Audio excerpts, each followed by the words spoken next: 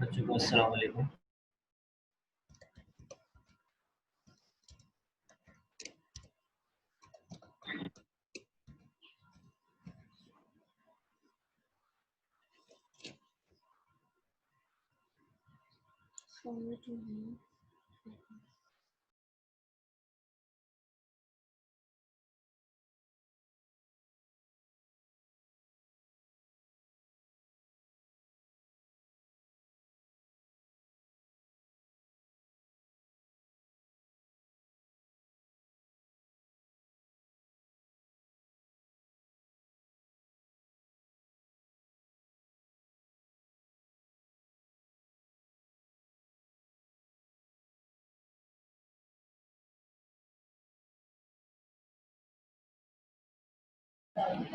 तो बच्चों को अस्सलाम वालेकुम और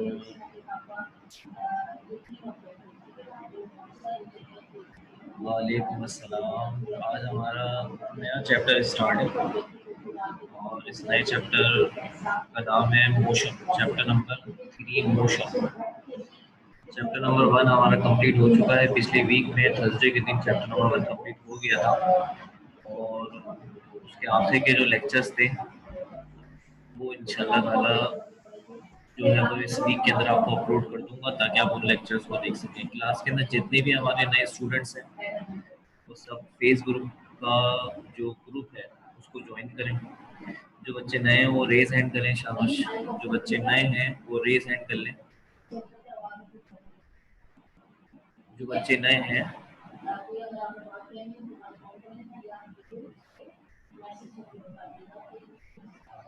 वो रेज हैंड कर लें। कौन से स्टूडेंट नए हैं ताकि मेरा उनसे डिस्कशन हो जाए। लेकिन जितने भी लेक्चर्स आपके मिस होंगे ना वो सारे लेक्चर्स आपको रिकॉर्डेड मिल जाएंगे। ठीक है, मलिया साजिद आप इस वक्त क्लास में न्यू बैठी हुई हमारी और कुछ बच्चे लाइट की भी शिकायत कर रहे हैं, मुझे चैट में नज़र आ रहा है। और कुछ बच्चे इस बात की भी शिकायत कर रहे हैं कि उनके लेक्चर्स निकल गए। बच्चों याद रखें, आपके जो भी लेक्चर्स मिस आउट हो जाते हैं, जो भी लेक्चर्स आपके निकल जाते हैं, वो सारे लेक्चर्स जो हैं वो इंशाल्लाह अपलोड की शक्ल में आपको फेसबुक पे मिल जाएंगे। इस वक्त मैंने फेसबुक पर कुछ लेक्चर्स अपलोड किए हुए हैं जिनको आप लाजमी जाके देखें और मैं कोशिश करूँगा इंशाल्लाह। वालेकुम सलाम गाँव बच्चों, वालेकुम अस्सलाम, वालेकुम अस्सलाम। मैं कोशिश करूँगा कि जितने भी चैप्टर 1 के लेक्चर्स हैं वो सब इस वीक में कंप्लीट कर दूँ अपलोडिंग, और आप सारे लेक्चर्स देख लें उसके अंदर। ठीक है, और कोशिश कीजिएगा कि उन तमाम लेक्चर्स के बाद चैप्टर 1 के मामला आपके बेटर हो जाएं, बेहतर हो जाएं। ठीक है, हमारी पूरी कोशिश है। देखिए, कोई लेक्चर दोबारा से रिपीट करके तो नहीं पढ़ाया जा रहा, सारे लेक्चर रिकॉर्ड हो रहे हैं, तो इसलिए आप अगर रिकॉर्डिंग देखेंगे तो आपको समझ में आ जाएगा इंशाल्लाह, उम्मीद है। और फिर रिकॉर्डिंग से रिलेटेड कोई क्वेश्चन हो तो वो क्वेश्चन नोट कर लिया करें, यानी वो बात नोट कर लिया करें और आप मुझे फिर अलग से मैसेज या ग्रुप जो आपका व्हाट्सएप का ग्रुप बना है उसमें मैसेज कर दें, या मुझे अलग से आप पर्सनली मैसेज करके सवाल पूछ सकते हैं कि फला चीज़ फला ये थी, तो उसके अंदर मैं इंशाल्लाह आपको रिप्लाई कर दूंगा। लेकिन अपने तौर पे ज़रूर कोशिश करें कि जो हमारे लेक्चर्स हैं उनको अच्छी तरीके से देख लें। ठीक है, अच्छा। कुछ बच्चे कह रहे हैं कि 11 बजे लाइट चली जाएगी उनकी, तो बेटा ये लेक्चर भी रिकॉर्ड हो रहा है इस वक्त, ये लेक्चर भी इंशाल्लाह ताला आपको मिल जाएगा, आप फिक्र नहीं करें और कोई प्रॉब्लम वाली बात नहीं है इंशाल्लाह। अच्छा, अपनी क्लास स्टार्ट करते हैं आज की। और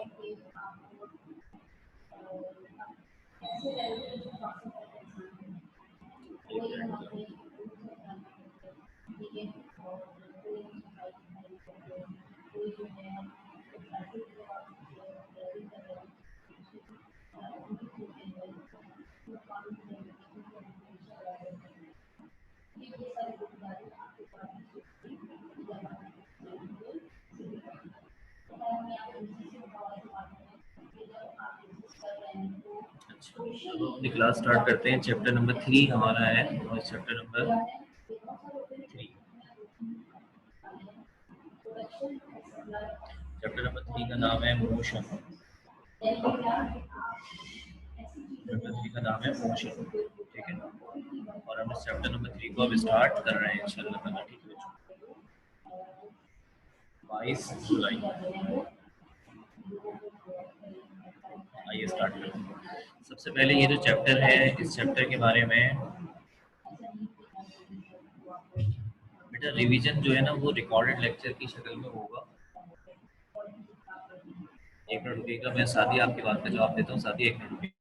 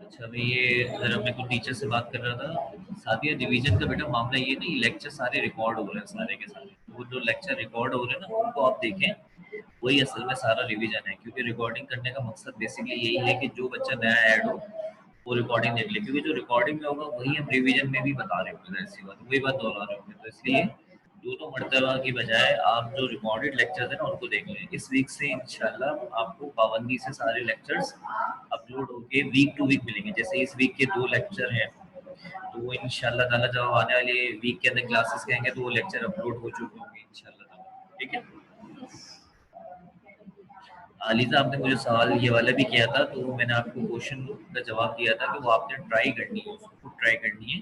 पहले उसको सॉल्व करके उसका सोल्यूशन मुझे कुछ सेंड करें अलीजा, फिर उसके बाद मैं समझूंगा कि आप गलती कर क्या रही हैं। उसको कुछ कोशिश करें, उसकी जो वैल्यूज हैं वो सारी मैंने बताई है ना, वो सारी वैल्यूज को लेफ्ट हैंड साइड और राइट हैंड साइड में रख के सॉल्व करके पहले देखें, ट्राई करें। उसके बाद फिर मैं देखता हूँ कि आप कहाँ गलती कर रहे हैं, then I will give you the answer of that equation. अब बेटा मैं स्टार्ट कर रहा हूँ चैप्टर नंबर 3 मोशन। ठीक है बेटा। चैप्टर नंबर 3 मोशन जो है, इसका असल नाम है motion in one dimension. Motion in one dimension का मतलब क्या होता है? ये ऐसा मोशन होता है जिसको पढ़ने के लिए एक एक्सिस चाहिए होता है। एक्सिस पढ़े ना आपने, एक्स एक्सिस, वाई एक्सिस और एक तीसरा एक्सिस भी होता है जेड एक्सिस। तो किसी भी ऐसा मोशन, कोई भी ऐसा मोशन जिसको पढ़ने के लिए सिर्फ एक एक्सिस चाहिए हो, एक्स एक्सिस या वाई एक्सिस, जेड एक्सिस की जरूरत नहीं होती। ठीक है। ऐसे मोशन को हम लोग कहते हैं मोशन इन वन डायमेंशन। ठीक है। मोशन इन वन डायमेंशन कहलाते हैं। ठीक है। मिसाल के तौर पे अगर कोई ऑब्जेक्ट स्ट्रेट लाइन पे मूव करता है, ठीक है, तो उसको कहते हैं एक्स एक्सिस। ऐसे कोई ऑब्जेक्ट ऊपर की तरफ मूव करता है तो वो होता है वाई एक्सिस। तो अगर कोई ऑब्जेक्ट स्ट्रेट लाइन पे मूव कर रहा है तो उसके मोशन को पढ़ेंगे तो उसका नाम होगा मोशन इन वन डायमेंशन। और अगर कोई ऑब्जेक्ट स्ट्रेट अप मूव करता है, ऊपर की तरफ मूव करता है, तो उसको पढ़ने के लिए वाई एक्सिस चाहिए, तो ये भी कहलाएगा मोशन इन वन डायमेंशन। इस चैप्टर का नाम आपकी किताब वालों ने मोशन जो लिखा हुआ है वो गलत लिखा है। इस चैप्टर का असल नाम जो है वो मोशन नहीं, बल्कि इस चैप्टर का असल नाम जो है वो मोशन इन वन डायमेंशन होना चाहिए। खैर बहरहाल इन्होंने जो नाम लिखा, तो यहाँ तक समझ में आ चुका है। चैप्टर नंबर 3 का इंट्रोडक्शन दिया मैंने आपको। चैप्टर नंबर 3 मोशन से क्या मुराद है?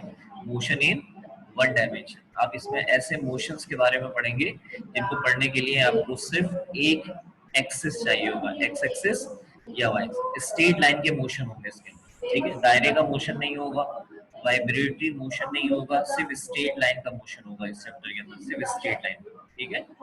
अच्छा, अब स्टार्ट करते हैं। हमारी पहली डेफिनेशन है, जो सबसे पहली डेफिनेशन है हमारी, उसका नाम है लीनियर मोशन।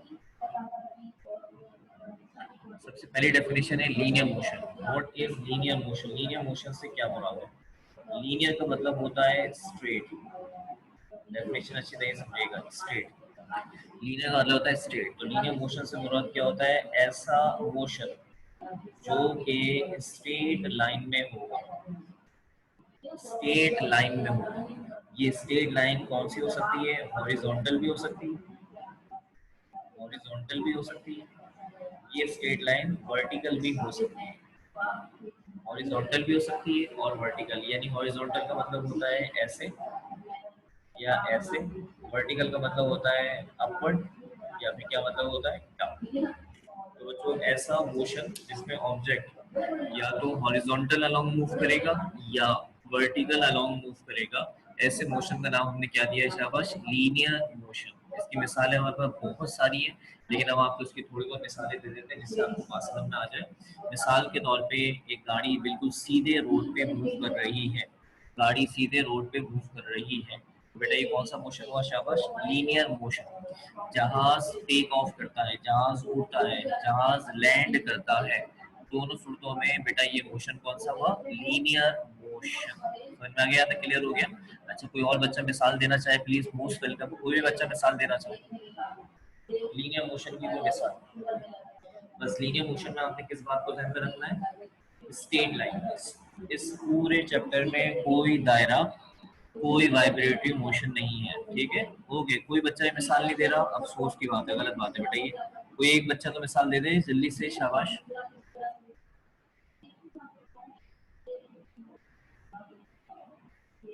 जल्दी जल्दी, लीनियर मोशन की एक मिसाल चाहिए। ठीक है, ताली दो हाथ से बजती है, एक हाथ से नहीं। जब तक आपकी तरफ से रिप्लाई नहीं आएंगे तब तक जो है मामला नहीं आएंगे। देखिए हमारे एक स्टूडेंट ने पहल करी, वेरी गुड, सुनैना उनका नाम है। तो बेटा सुनैना आपकी जो मिसाल है वो सही है, इस मिसाल को हम थोड़ा सा जरा मॉडिफाई कर देते हैं। ट्रेन चल रही है और ट्रेन जो होती है वो अगर सीधे रास्ते पर, आप जानते हैं ट्रेन मुड़ती भी है, तो मुड़ना काउंट नहीं होगा। स्ट्रेट अगर ट्रैक पे चलती है तो लीनियर मोशन है। सुनैना की मिसाल सही है। हमारी क्लास में एक बच्चे ऐड हुआ है फुबैब खान, और उसकी मिसाल भी बहुत ज्यादा अच्छी है। रोशनी हमेशा सीधी लाइन में ट्रेवल करती है, ये तो एक फैक्ट है बेटा। फुबैब आपकी मिसाल बहुत अच्छी है, वेरी गुड।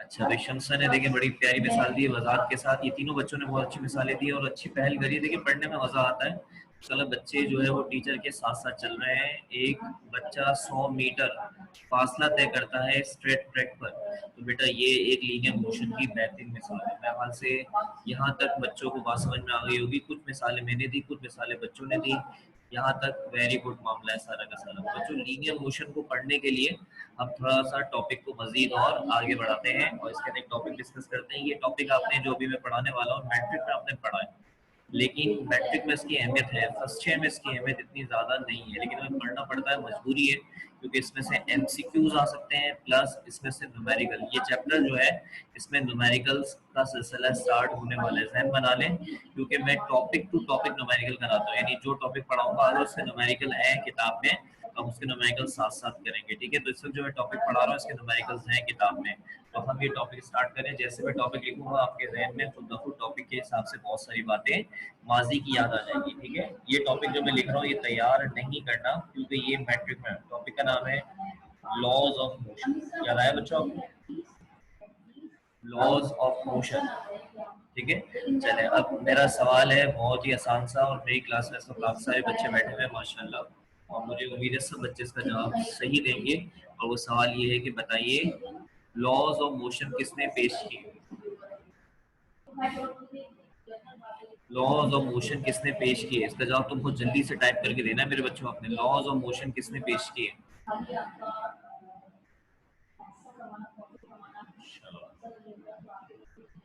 अभी तुम ढील थोड़े से लूज हो गए हो, शुरू के अंदर बहुत अच्छा पढ़ रहे थे माशाल्लाह से। जब डायमेंशन का टॉपिक चल रहा था तो तुम बहुत तेज पढ़ रहे थे, लेकिन थोड़ा सा जरा लूज हो गए हो, थोड़ा सा अपने आप को टाइट करो बेटा। क्योंकि लॉज ऑफ मोशन किसने पेश करे, अगर ये नाम नहीं आ रहा तो अफसोस होगा। अली थोड़ा सा जाबाश, क्योंकि शुरू में तुम बहुत ही अच्छा पढ़ रहे थे, जबरदस्त तुम्हारी पिकिंग पावर और बहुत सारे मामले सबसे बेस्ट है। अपने आपको शाबाश जल्दी से ट्रैक में ले आओ और वही वाले अली बन जाओ जो चैप्टर नंबर 1 के अंदर बहुत अच्छे अंदाज से पढ़ रहा था और मेरे साथ साथ चल रहा था, ठीक है अली। अच्छा भाई हमारे पास इस वक्त टोटल 4 जवाब आए हैं, लेकिन इस वक्त मेरी क्लास के अंदर 10 के करीब बच्चे बैठे हुए हैं माशाल्लाह। मुझे नाम लेना चाहिए कि सुनैना ने जवाब दिया, शमसा ने जवाब दिया, असद मिर्जा ने जवाब दिया है, सादिया ने जवाब दे दिया, अली ने जवाब दिया। अलीजा का जवाब नहीं आ रहा मेरे पास।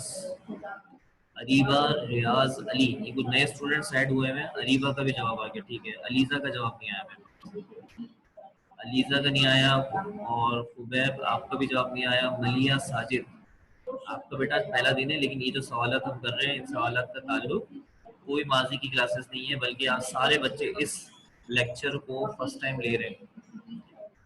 फुबैब फर्स्ट मैट्रिक क्लास में चैप्टर नंबर 4 पढ़ा था। फुबैब शाबाश, मैट्रिक क्लास में चैप्टर 4 पढ़ा था। उस चैप्टर नंबर 4 के अंदर लॉज ऑफ मोशन आए थे। जहन पे जोर डालो बेटा, शाबाश। अच्छा जी, क्योंकि हमारे पास जरा सवालात का सिलसिला और क्लास के हिसाब से सारा मामला जरा थोड़ा सा होता है, इस हवाले से हम जरा बातों को जरा थोड़ा शॉर्ट करते हैं ताकि बात आगे बढ़ सके। बच्चों, सब बच्चों ने जो इसका ज्यादातर जवाब दिया है वो है बेटा न्यूटन। लॉज ऑफ मोशन किसने पेश किए थे बेटा? न्यूटन ने पेश किए थे। आपने मैट्रिक क्लास में यही पढ़कर आए हैं, लेकिन मैं आपकी मालूमात यहाँ पे सही कर दूं कि बेटा लॉज ऑफ मोशन असल में न्यूटन ने नहीं बल्कि गैलीलियो गैलीली, नाम जरा अच्छी तरह ध्यान में बैठाएं। और अगर ये नाम खुद भी पढ़ना चाहते हैं तो फर्स्ट ईयर का आपका चैप्टर नंबर 1 और उसका जो सेकंड पेज है उसके ऊपर एक पैराग्राफ है, उसमें ये नाम भी लिखा हुआ है। फर्स्ट ईयर का चैप्टर नंबर 1 और उस चैप्टर के सेकंड पेज पर ये नाम लिखा हुआ है। नाम बता देता हूँ मैं आपको, गिलेलियो गैलीली। गिलेलियो गैलीली, बेटा गिलेलियो गैलीली वो साइंटिस्ट था जिसने लॉज ऑफ मोशन का कॉन्सेप्ट पेश किया था और लॉज ऑफ मोशन पे काम करा था, ठीक है। लेकिन अफसोस के साथ वो इस काम को आगे नहीं बढ़ा सका, इसको फिनिशिंग लाइन तक नहीं पहुंचा सका और उसके इस रुके हुए काम को बेटा सर आइजैक न्यूटन ने कंप्लीट करके दिया था।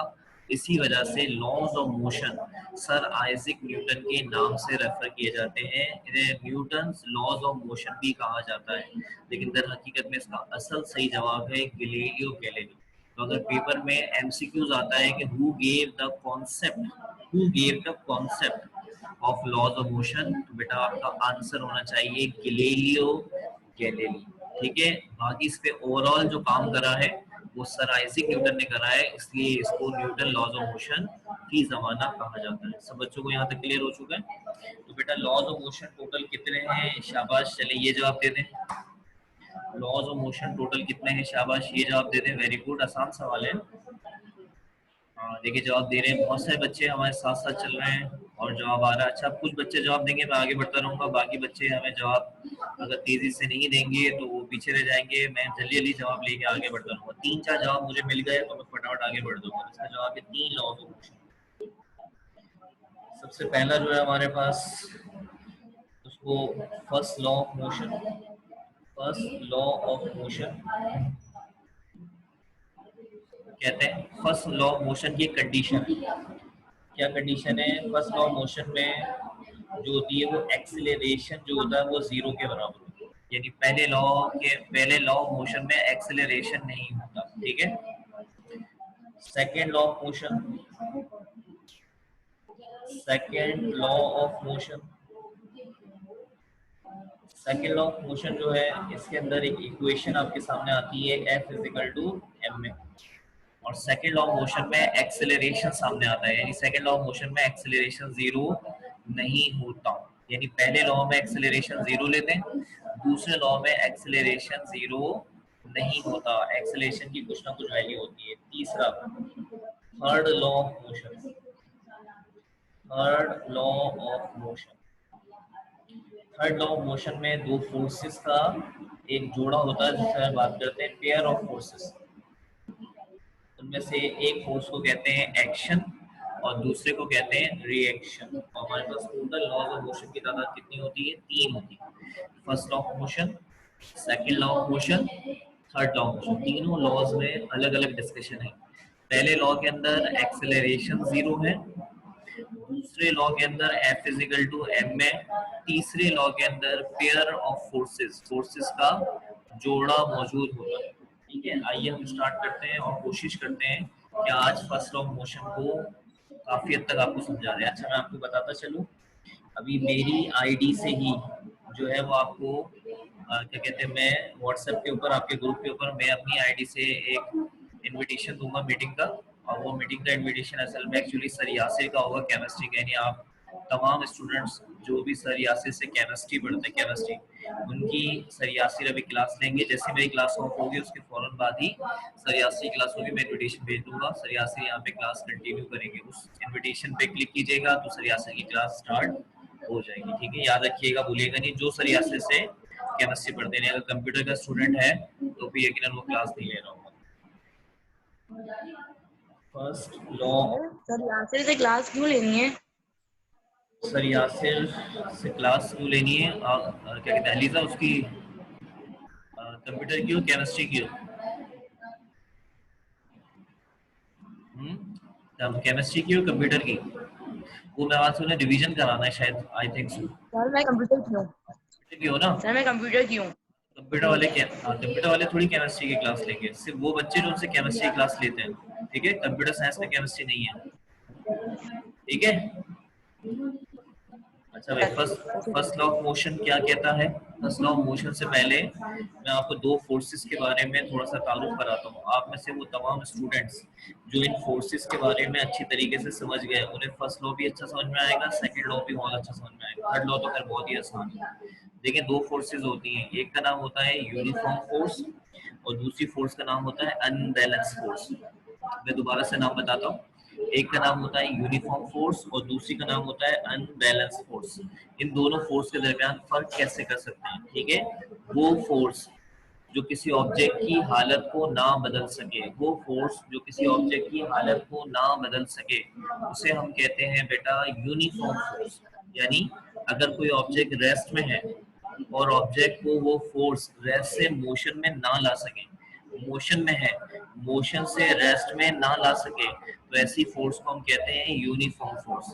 जबकि ऐसी फोर्स जो ऑब्जेक्ट की स्टेट को बदल दे, हालत को बदल दे, रेस्ट को मोशन बना दे, मोशन को रेस्ट बना दे, उसे कहेंगे अनबैलेंस फोर्स। दोनों की मैं मिसालें देता हूँ, आपको समझ में आ जाएगा, लेकिन उससे पहले दो जुमले तमाम बच्चे दोबारा से अच्छी तरह ज़हन नशीन करें, फिर मिसालें देता हूँ तो आपको मिसालों से और अच्छा समझ में आ जाएगा। ठीक है, जो फोर्स हालत ना बदल सके, आवाज आ रही होगी बिल्कुल, क्योंकि बाज़ दफ़ा एक रूम में दो क्लासें हो रही होती हैं अली, इसकी वजह से थोड़ी आवाज आ रही होती है। ठीक है, थोड़ा सा अवॉइड करो इसको और फोकस करो जरा मेरी वॉइस पे। ठीक है बेटा, अच्छा अच्छा, मेरी आवाज बिल्कुल साफ समझ में तो आ रही है ना? मेरी आवाज तो बिल्कुल साफ समझ में आ रही है अली? अच्छा ठीक है, सही, चलो ठीक है। अच्छा, बाकी तो स्टूडेंट शाबाश, मेरे साथ जुड़ गए। ऐसी फोर्स जो हालत ना बदले उसे कहेंगे यूनिफॉर्म फोर्स। ठीक है, और ऐसी फोर्स जो कि हालत बदल दे उसे हम क्या कहेंगे? Unbalance force. चलिए मैं आपको मिसाल देता हूँ। कमरे के अंदर पंखा चल रहा है और पंखे की जो हवा है, आप पास बैठे हुए हैं, तो क्या पंखे की जो हवा है वो आपको रेस्ट से मोशन में ला सकती है? शाबाश, यस और नो में जवाब देना। क्या पंखे की हवा, आप बैठे हुए हैं, आपको मोशन में ला सकती है? यानी आप बैठे हैं, आपको खड़ा कर दे और हरकत में लिया है, या आपकी जगह बदल दे? सब बच्चों का देखिए फौरन जवाब आ गया, वेरी गुड। पंखे की जो हवा है उससे जो फोर्स लग रही है, ये फोर्स एक्चुअली तौर पे कहलाती है बेटा यूनिफॉर्म फोर्स। क्योंकि पंखे की हवा आपकी हालत नहीं बदल, बल्कि आपकी क्या, कमरे के अंदर कोई भी थोड़ी सी वजनी चीज हो, उसकी क्या कहते हैं हालत नहीं बदल पाएंगे। हम कागज वगैरह की बात नहीं कर रहे, जैसे कुर्सी है, कुर्सी की जगह एस्ट्रे रखी हुई है, कोई पेन वगैरह रखा हुआ है, कोई स्टैंड रखा हुआ है, पंखे की हवा उसकी जगह नहीं बदल सकती। अब हम बात करते हैं बेटा, फर्ज कर लें आप एक जगह पर खड़े हुए, किसी जगह रोड पर, गली में, और तेज आंधी चलती है। तेज आंधी का मतलब समझ गए ना, बहुत तेज हवा चलती है। अब आप बताएं शाबाश, क्या आप इतनी तेज हवा और आंधी के अंदर उसी जगह पर रेस्ट में रहेंगे या मोशन में आ जाएंगे? यानी वो तेज आंधी और हवा आपकी जगह बदल देगी? चलिए ये सवाल के लिए बच्चों ने जवाब देना शुरू कर दिया था। क्या वो तेज हवा और आंधी आपकी जगह बदल देगी? तो बच्चों के जवाब आना शुरू हो गए, वेरी गुड। यकीनन अगर बहुत तेज हवा चलती है, आंधी आती है, तो वो 100% आप अगर रेस्ट में है बेटा तो आपको मोशन में ले आएगी। तो ये जो तेज हवा, ये भी हवा है, देखिए पंखे की हवा, और ये आंधी वाली हवा। लेकिन ये तेज जो आंधी वाली हवा है, ये है अनबैलेंस, ये है फर्क। आप अपनी रोजमर्रा जिंदगी में बहुत सारी जगहों पे फोर्सेस लगते हुए देखेंगे, और उन फोर्सेस को देखते हुए आप खुद भी फैसला कर सकते हैं कि फला जो फोर्स है ये यूनिफॉर्म फोर्स है, फला फोर्स अनबैलेंस फोर्स। सही है, तो क्या फर्क समझ में आया? अनबैलेंस फोर्स हालत बदल देती है, जबकि यूनिफॉर्म फोर्स हालत नहीं बदलती। अब मैं आपके सामने यहाँ पे एक स्टेटमेंट लिख रहा हूँ और फिर हम स्टेटमेंट पे थोड़ा सा डिस्कशन करेंगे और अपने लेक्चर को एंड की तरफ लेके चलेंगे इंशाल्लाह ताला। ठीक है, थोड़ी सी स्टेटमेंट लिख रहा हूँ, जरा सुनिएगा। In the absence of an unbalanced force,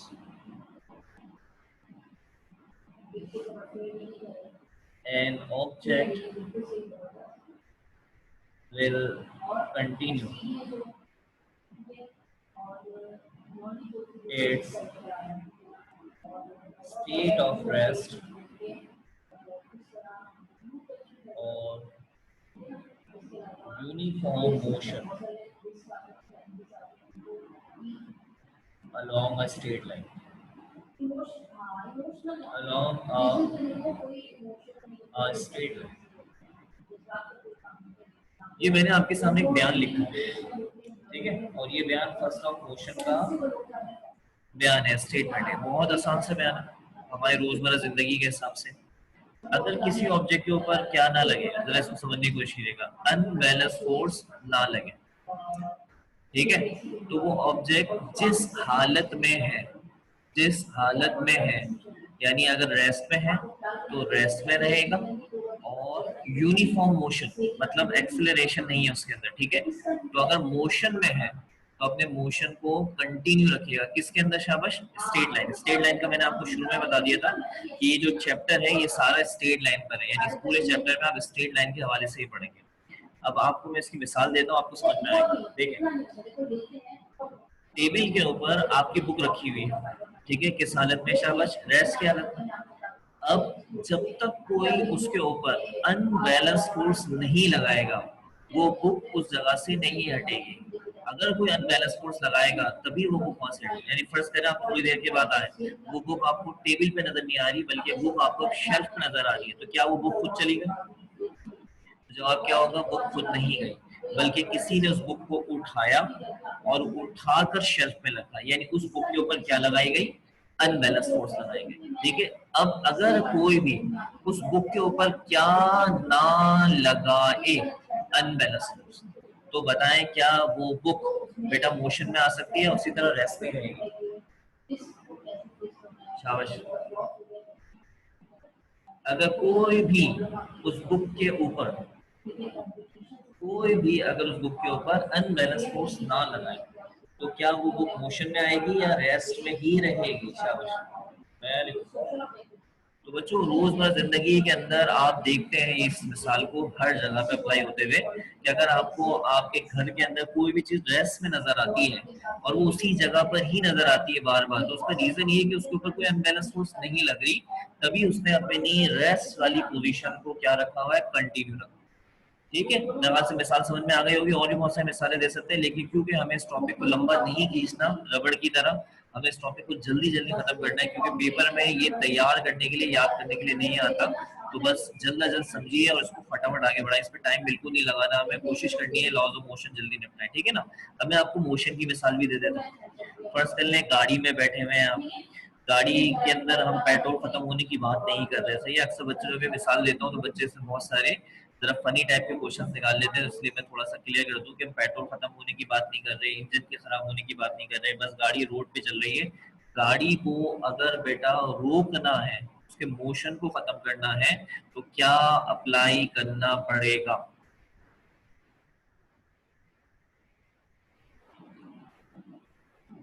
जवाब दुरुस्त है, वेरी गुड। गाड़ी को रोकने के लिए हमें ब्रेक अप्लाई करना पड़ेगा, और ये ब्रेक असल में अनबैलेंस फोर्स है। जैसे ही अनबैलेंस फोर्स लगेगी गाड़ी का मोशन रेस्ट में कन्वर्ट हो जाएगा, लेकिन अगर मैं ब्रेक अप्लाई ना करूं तो गाड़ी अपने मोशन को क्या रखेगी? शाबाश, कंटिन्यू रखेगी। क्या ये बात तमाम बच्चों को समझ में आती है? स्टेटमेंट क्लियर है? अब मैं इसको उर्दू में पढ़ देता हूँ और उसके बाद आप कमेंट्स के अंदर यस करके जल्दी से ओके कर दीजिएगा ताकि मैं बात को आगे बढ़ाऊं। किसी भी ऑब्जेक्ट पर अगर अनबैलेंस फोर्स ना लगे तो वो ऑब्जेक्ट अपनी रेस्ट की हालत को और अपने मोशन की हालत को मेंटेन रखता है स्टेट लाइन पे। स्टेट लाइन बोलना जरूरी होता है क्योंकि चैप्टर नंबर 3 स्टेट लाइन के हिसाब से। सब बच्चों को यहाँ तक क्लियर हो चुका है? सारे बच्चे जितने क्लास के अंदर बैठे हुए हैं, शाबाश, वेरी गुड।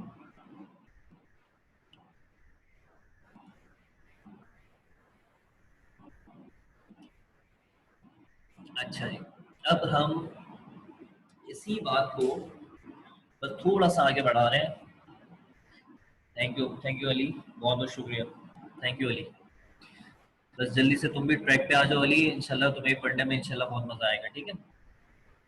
अच्छा, मैं क्या कहते हैं, अपनी बात को यहाँ पे हल्का फुल्का बता के बस आपसे इजाज़त ले रहा हूँ, क्योंकि फिर सर को जरा अपनी क्लास कंटिन्यू करनी है, तो मुझे जल्दी से आपको मीटिंग का शेड्यूल भी बना के भेजना है।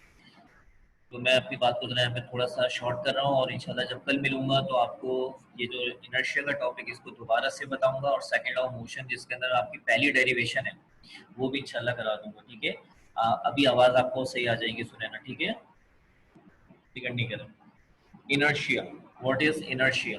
अच्छा, इनर्शिया के बारे में मैं हल्का फुल्का सा सिर्फ बता देता हूँ, और उसके बाद जो है इसके बारे में लिखूंगा कल ही इंशाल्लाह ताला, और आपसे इजाज़त दूंगा, हल्का फुल्का सा सुन लीजिए। बच्चों, इनर्शिया असल में क्या होता है, आप में, मुझ में, हर उस ऑब्जेक्ट जो मास रखता है, हर वो ऑब्जेक्ट जिसके पास मास होता है उसके अंदर एक सलाहियत होती है, और ये सलाहियत क्या करती है, उस ऑब्जेक्ट में एक्सेलरेशन पैदा होने के अगेंस्ट मज़ाहमत करती है, रुकावट डालती है। यानी अगर आपके अंदर कोई एक्सेलरेशन पैदा करना चाहेगा तो आपकी बॉडी के अंदर एक सलाहियत एग्जिस्ट करती है, मेरी बॉडी में भी सलाहियत एग्जिस्ट करती है, हर एक बॉडी में सलाहियत एग्जिस्ट करती है जिसमें मास होता है। तो ये सलाहियत क्या करती है कि एक्सेलरेशन पैदा होने के आगे मज़ाहमत डालती है, रुकावट डालती है कि इस ऑब्जेक्ट में एक्सेलरेशन पैदा ना हो। साथ ही साथ में आप इसको यूं भी समझ सकते हैं, ये एक ऐसी सलाहियत होती है कि अगर कोई आपकी स्टेट बदलने की कोशिश करता है, आपकी हालत बदलने की कोशिश करता है, आप रेस्ट में हैं और आपको कोई मोशन में लाने के लिए फोर्स लगाता है, तो आपकी बॉडी का इनर्शिया आपको रेस्ट में रखने की ही कोशिश करेगा और उस फोर्स से लड़ाई करेगा, ठीक है? कामयाब भी हो सकता है, नाकाम भी हो सकता है, डिपेंड करता है फोर्स कैसी लग रही है, ठीक है? इसी तरीके से अगर आप मोशन में हैं तो आपके ऊपर कोई फोर्स लगा के आपको रोकने की कोशिश करता है, तो आपका इनर्शिया क्या करेगा, आपको मोशन में ही रखने की कोशिश, लफ्ज कोशिश है, कोशिश करेगा। इस कोशिश में वो कामयाब भी हो सकता है और नाकाम भी हो सकता है, डिपेंड करता है फोर्स कैसी लग रही है, सही है? तो इन शॉर्ट अगर हम इनर्शिया को डिफाइन करना चाहें तो इनर्शिया दर हकीकत में एक ऐसी सलाहियत होती है, एक ऐसी एबिलिटी होती है जो हर मास रखने वाले ऑब्जेक्ट के अंदर मौजूद होती है, जिसकी बिना पर अगर कोई उस ऑब्जेक्ट के स्टेट को बदलने की कोशिश करता है, यानी रेस्ट से मोशन या मोशन से रेस्ट में लाने की कोशिश करता है, तो इनर्शिया बेटा उस कोशिश के अगेंस्ट रेजिस्टेंस डालता है, मज़ाहमत डालता है, रुकावट डालता है, ठीक है? नतीजे के अंदर बेटा ये कोशिश बसा औकात कामयाब भी हो जाती है और बसा औकात नाकाम भी हो जाती है, ठीक है? अच्छा, मुझे बताएं इनर्शिया की तारीफ यहाँ तक क्लियर है? क्योंकि मैं इसके हवाले से मिसालें वगैरह अब कल के लेक्चर में ही दूंगा, क्योंकि मैं आज के लेक्चर को एंड करूंगा यहाँ पे, और एक सवाल किया गया, मैं सवाल का बस अभी जवाब देता हूँ। कल एक मरतबा दोबारा से इस तारीफ को हल्का सा दोहरा दूंगा, लिख भी दूंगा इसको, और फिर इसके बाद सेकंड लॉ ऑफ मोशन भी बताऊँ। यहाँ तक पहले ओके करें, फिर एक सवाल आया, मैं सवाल का जवाब दे देता हूँ जल्दी से, शाबाश। इनर्शिया की तारीफ क्लियर हुई कि इनर्शिया से मुराद क्या है, एक ऐसी सलाहियत जो कि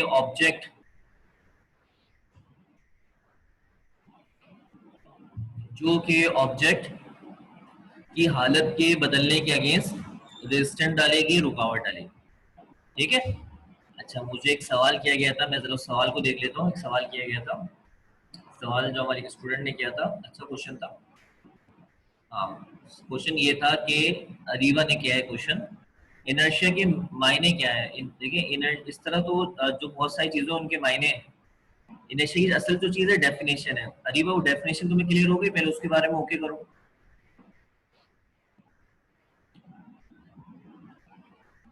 ठीक है, अच्छा इसके मायने उर्दू में तो बहुत मुश्किल है, क्योंकि ये जो साइंस के सब्जेक्ट होते हैं, मैथ्स के सब्जेक्ट वगैरह, इनको अगर उर्दू में मायनों में देखोगी तो सर चकरा जाएगा। तो सिर्फ उर्दू में मायने बहुत ज्यादा टफ है, हर एक के उर्दू के मायने मेरे में भी नहीं है, ऐसी बात है। इंग्लिश के हिसाब से फिजिक्स, ऐसी बात है, हमने भी पढ़ी हुई है। इनर्शिया के लफ्जी उर्दू में मायने होते हैं जमूद, ठीक है? जमूद, जमूद की लफ्जी मायने होते हैं ठहराव, ठहराव, ठीक है? तो ये इसके मायने हैं, शायद उससे अगर आप कुछ समझ सकें। ठीक है, अच्छा बच्चों मुझे इजाजत देनी है आपने, क्योंकि अब इसके बाद सर यासरी की क्लास है जिसका इनविटेशन मैं आपको भी भेज रहा हूँ। तो जो बच्चे केमिस्ट्री से लिंक है, कंप्यूटर वाले स्टूडेंट जो है वो ज्वाइन नहीं करेंगे, जो केमिस्ट्री से लिंक है वो बच्चे इस क्लास को ज्वाइन करेंगे। ठीक है बच्चों, चलें कल आपसे इंशाल्लाह दोबारा मुलाकात होगी। इन एक्शन वाली बात को एंड करूंगा कल लिखकर और मजीद थोड़ा सा एक्सप्लेन कर कर, और इंशाल्लाह आगे। ठीक है बेटा, वालेकुम सलाम सब बच्चों को मेरी तरफ से, अल्लाह हाफिज।